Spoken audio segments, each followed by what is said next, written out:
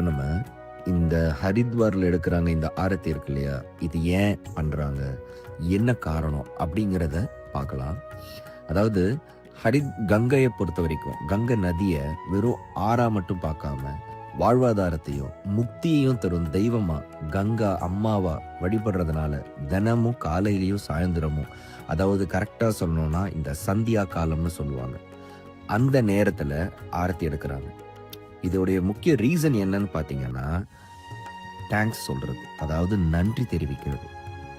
மனித குலத்துக்கு நீர், உணவு, வாழ்வாதாரம் வழங்குற கங்கை நதிக்கு நன்றி சொல்ற விதமா இந்த ஆரத்தி டெய்லி நடக்குதுங்க.